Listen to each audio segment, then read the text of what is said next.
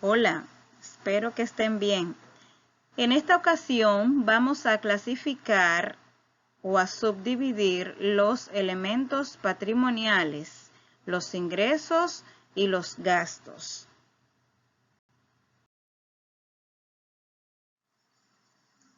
Bien, iniciamos con la clasificación del activo, recordando que el activo es el elemento patrimonial que representa los bienes, derechos y propiedades de la empresa. Para clasificarlo es importante tomar en cuenta su grado de liquidez.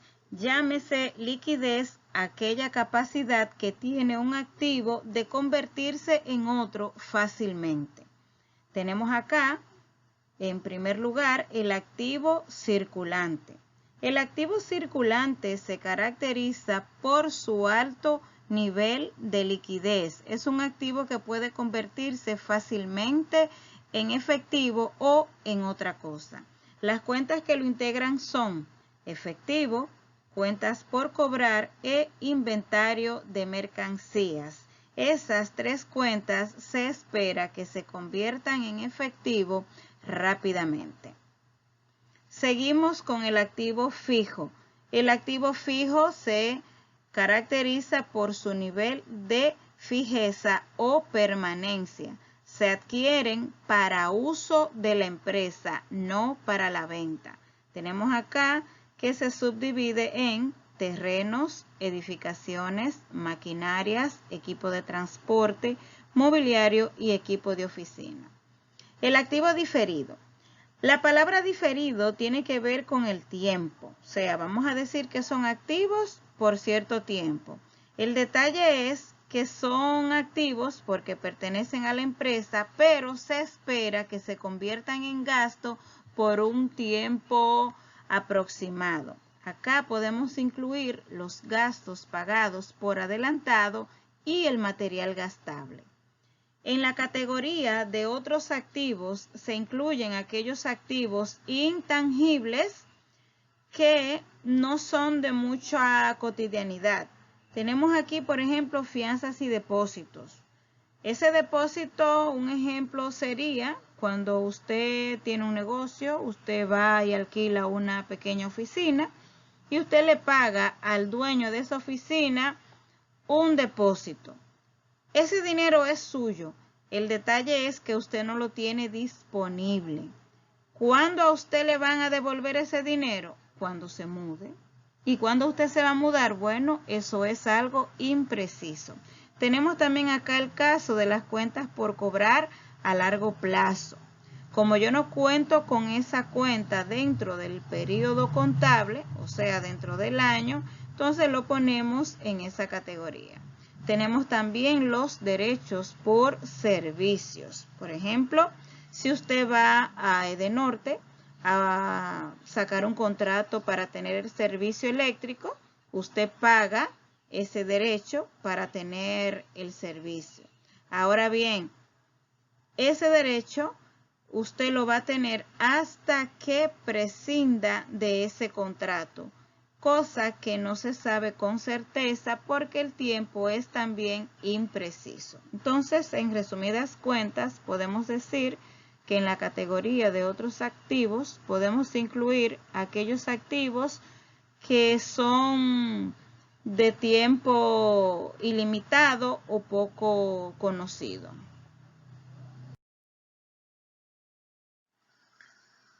Continuamos con el pasivo. El pasivo es el elemento patrimonial que representa las deudas. Para clasificar el pasivo debemos tomar en cuenta su grado de exigibilidad, o sea, el tiempo que me otorga el acreedor para saldar esa deuda. Comenzamos, pasivo a corto plazo. El pasivo a corto plazo es aquel pasivo que debe pagarse dentro de un periodo de un año o menos, o sea, debe cubrir esa deuda dentro del periodo contable. Las cuentas que lo integran son cuentas por pagar. Aquí podemos incluir a los suplidores, a los proveedores de material gastable o de mercancía, que son tan cotidianos en una empresa. Tenemos las retenciones por pagar. Llamamos retenciones, por ejemplo, a aquellas deducciones que le hacemos a terceros, llámese empleados o aquellos profesionales a los que le hacemos un pago, pero retenemos una parte de ese pago para más adelante declararla, ya sea ante la DGI, ante la TCS. Por ejemplo, cuando yo le pago un salario a un empleado, debo retenerle el impuesto sobre la renta. Como yo me quedo con ese dinero que no es mío y lo debo pagar más adelante, entonces la retención se convierte en una deuda, que es muy a corto plazo. Seguimos con los gastos acumulados por pagar. Cuando el gasto se consume y no se paga, automáticamente se convierte en una deuda. Hay que tener ojo con esto porque no es prudente, por ejemplo, dejar acumular el salario, dejar acumular los intereses sobre préstamo, porque eso acarrea más adelante situaciones legales que serían un tanto desagradables. Por último, tenemos los documentos por pagar a corto plazo. Eso quiere decir documento cuando la deuda es algo más formal. Un ejemplo es que usted vaya a una financiera, tome un préstamo para pagarlo dentro de un año, o usted vaya a una tienda y compre un equipo, firma varios pagarés, pero esa deuda debe ser pagada en menos de un año. Continuando, pasivo a largo plazo. Como su nombre lo indica, a largo plazo quiere decir que esa deuda debe ser pagada en un periodo mayor de un año, o sea, más allá del periodo contable. Tenemos acá las hipotecas por pagar, los préstamos bancarios por pagar, los documentos por pagar a largo plazo. Cualquier deuda que se deba cubrir posterior al periodo contable, entonces es un pasivo a largo plazo. Tenemos acá el pasivo diferido. Pasivo diferido es una deuda que generalmente no se va a pagar con dinero, a menos que usted no cumpla. Se incluyen aquí los ingresos cobrados por adelantado. Un ejemplo es que yo como contadora, alguien me haya contratado para que le lleve una iguala y yo debo entregar ese trabajo en 3 meses, pero el cliente hoy me pagó, o sea, yo cobré por adelantado un trabajo que no he entregado. Eso me genera una deuda. Otras cuentas que se incluyen en el diferido son las ventas adelantadas, los servicios por pagar y el adelanto a clientes. ¿Cómo yo pago el pasivo diferido? Yo lo pago con el trabajo o con el servicio que le voy a prestar. Continuamos con el tercer elemento patrimonial, el capital. Recordando que el capital es el elemento que representa los aportes o la participación del dueño o de los socios de la empresa. Se compone de las siguientes partidas. Tenemos aportaciones. Las aportaciones generalmente son los aportes iniciales que hace el dueño o los socios de la empresa. Si la empresa está dividida en su capital por acciones o como indique la constitución de la compañía según la ley de sociedades. Otra partida o cuenta que compone el capital son los resultados del periodo. Ese resultado puede ser utilidad o pérdida. Esto quiere decir que si la empresa tiene ganancias, que es lo que quiere decir utilidades, las ganancias son para el dueño porque por algo puso un negocio. Ahora bien, si la empresa tiene pérdida, el dueño o los socios son los que van a tener que soportar esa situación. Otra cuenta que compone el capital es la reserva. Esta cuenta se utiliza para proteger al capital. Eso quiere decir que las utilidades no pueden repartirse 100% porque no podemos poner la empresa en riesgo de descapitalización. En nuestro país tenemos la reserva legal, pero también muchas empresas incluyen reservas por estatuto. Tenemos las donaciones. Puede darse el caso de que la empresa reciba alguna donación y eso se va directamente al capital. Suponiendo que usted tiene una tienda, tiene algún problema económico y aparece un familiar que le regala dinero. Ese dinero se lo regalaron a usted, es suyo. Y como usted es el dueño de su empresa, usted es el capital de la empresa. Pero esa donación usted la utilizó para su negocio. Hago esta importante diferencia o aclaración para que no me confundan las donaciones con las aportaciones. Cuando alguien aporta, se convierte en socio. Cuando alguien dona, simplemente le está regalando dinero. Otra cuenta que compone el capital es la pérdida extraordinaria. Esta cuenta lo va a disminuir. ¿Qué es una pérdida extraordinaria? Bueno, puede pasar en la empresa un siniestro, un terremoto, un robo y muchas situaciones nefastas que le acarrean mucho daño y por lo tanto la empresa tiene una pérdida que el dueño también debe soportar.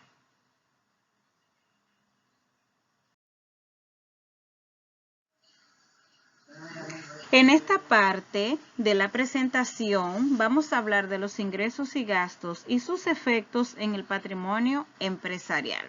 Fíjense que ya hemos hablado acerca de todo lo que la empresa tiene y están representadas por los elementos patrimoniales, pero se supone que cuando usted pone un negocio es porque va a operar o a explotar alguna actividad económica. Veamos a continuación.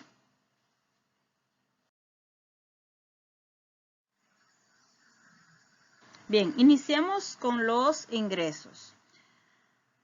Una empresa tiene un ingreso cuando explota su actividad empresarial para la cual fue creada. Por ejemplo, si una persona abrió una tienda de ropa, una boutique, y vende ropa, ya sea a crédito o al contado, está explotando su actividad habitual. Esa venta puede ser al contado. Si vendo al contado, recibo efectivo. Ahora bien, si la venta es a crédito, entonces yo tengo un derecho a cobro llamado cuenta por cobrar. Por lo tanto, los ingresos implican un aumento del patrimonio sin que esto signifique un aporte o una deuda. De ahí se deduce entonces que el ingreso se define como aquellos incrementos del activo producto de la explotación de la actividad empresarial que aumenta el capital del negocio. Veamos los efectos de los ingresos en los elementos patrimoniales. Como dijimos anteriormente en su definición, el ingreso siempre implica un aumento en el capital. Escuchen bien, el ingreso siempre aumenta el capital. También el ingreso siempre va a aumentar el activo. Si la venta fue al contado, la empresa recibe efectivo. Si la venta fue a crédito, la empresa tiene una cuenta por cobrar. Efectivo y cuenta por cobrar son cuentas del activo. ¿Ok? Tenemos acá un ejemplo. Una empresa tiene ingresos al contado por 10,000 pesos. Vamos a decir que vendió al contado. Aquí tenemos en verde la palabra ingreso. El ingreso aumenta el capital. ¿Por qué aumenta el capital? Bueno, el dueño fue que puso su negocio. Se supone que el dueño quiere vender y las ganancias van a ser para él. Tenemos, por lo tanto, en verde que el ingreso aumenta el capital en 10,000 pesos. El segundo efecto sería, dice acá, en amarillo, al contado.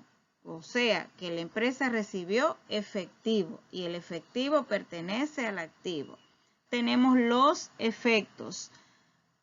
Aumenta el capital en 10,000 pesos y aumenta el activo efectivo en 10,000 pesos. Continuando. Clasificar los ingresos es muy importante para un contador, ya que de acuerdo a su clasificación puede categorizar los ingresos de acuerdo a la actividad que explota la empresa. Veamos. Tenemos acá las ventas. Las ventas se constituyen como el ingreso de las empresas comerciales, es decir, aquellas que venden un producto tangible, o sea, que la actividad de estas empresas consiste en comprar un producto y revenderlo a un precio más alto para así obtener una ganancia. Tenemos acá, por ejemplo, tiendas, supermercados, colmados, farmacias, etcétera. Servicios. El famoso ingreso por servicio es aquel que prestan las empresas que se dedican a satisfacer una necesidad. Venden un producto intangible. Tenemos el servicio de restaurantes, escuelas, hospitales, comunicaciones, transportes, salones de belleza, etc. Honorarios. Los honorarios también son servicios, pero se caracterizan porque son los que perciben los profesionales independientes cuando prestan un servicio de manera personal. Por ejemplo, tenemos un contador, médicos, abogados, albañiles, plomeros, electricistas. El alquiler. El alquiler es el ingreso proveniente de la renta de un activo. ¿Escucharon bien? Activo. Usted no puede rentar lo que no es suyo. Usted compró un activo en una empresa, puede ser una maquinaria, y usted se la cede a otra persona para que la utilice y esa persona le paga a usted. Ejemplo de este tipo de ingresos lo tienen las agencias de eventos, o sea, las que te alquilan servilletas, platos, etc. Alquiler de traje de novias, rent-a-car o alquiler de vehículos, alquiler de oficinas o casas o apartamentos, etc. El ingreso financiero es el que proviene de la colocación del efectivo a cambio de un interés. Por ejemplo, una financiera, un banco, usted puede prestar dinero o también puede tener un certificado financiero en una entidad y a cambio de eso usted recibe un interés.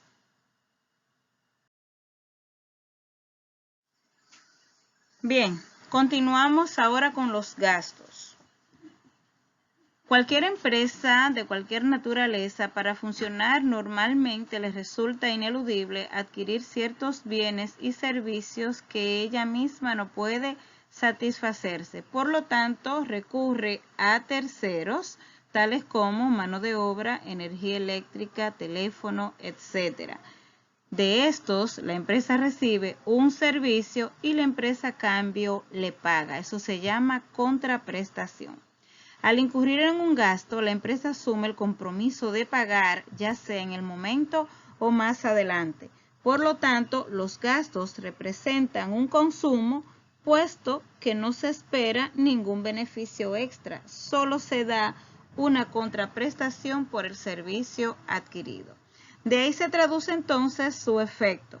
Los gastos se pueden definir como aquellos consumos del activo que disminuyen el capital de la empresa. ¿Y por qué disminuyen el capital?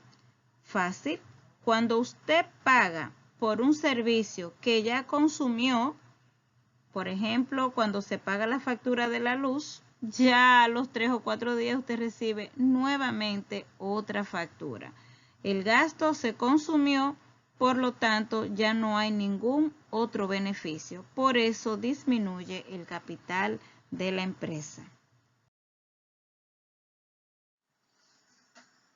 Continuamos ahora analizando los efectos de los gastos en los elementos patrimoniales.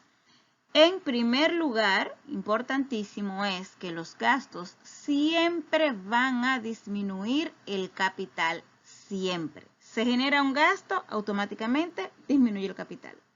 Los gastos también disminuyen el activo si al consumirse se pagan. Usted pudo haber ido a una gasolinera y compró combustible al contado, bueno, ahí disminuye el activo. Ahora bien, si el gasto que usted incurre lo consumió y no pagó, entonces aquí el gasto aumenta el pasivo. Es importante aclarar que tengan presente que los gastos siempre van a disminuir el capital. Si se pagan de una vez, disminuye el activo. Si se consumió y no se pagó, aumenta el pasivo. Veamos este ejemplo de transacción. Una empresa pagó el servicio de electricidad del mes por 3,000 pesos. Efecto. Como dice pagó, se paga con efectivo, entonces representa una disminución del activo efectivo en 3,000 pesos. Como el servicio de electricidad es un gasto sombreado en verde, entonces disminuye el capital en 3,000 pesos. En la segunda transacción tenemos que una empresa compró combustible a crédito por 5,000 pesos. Fíjense que sombreé combustible en verde, que representa la disminución del capital. El combustible es un gasto, por lo tanto disminuye el capital. Como dice a crédito, eso quiere decir que la empresa ahora tiene una deuda y las deudas aumentan el pasivo. Y ahí está el efecto. Aumenta el pasivo, cuenta por pagar en 5,000 pesos. Continuamos con la clasificación de los gastos. Tenemos en primer lugar los gastos operacionales, como su nombre lo indica, son los que están relacionados con la naturaleza del negocio. Tenemos acá gastos de venta, sueldos de vendedores, incentivos por ventas. Tenemos los gastos generales y administrativos. Están relacionados con las demás actividades para el desempeño o funcionamiento cotidiano de la empresa. Aquí se incluye el servicio de electricidad, telecomunicaciones, reparación, mantenimiento, salarios generales, etc. Por último tenemos los gastos financieros. Son los que provienen del manejo del efectivo. Para que el gasto se llame financiero, lo debe generar el efectivo. Por ejemplo, tenemos intereses sobre préstamos, cargos bancarios, etc. Muchas gracias por su atención. Espero que las anteriores informaciones hayan sido de su provecho.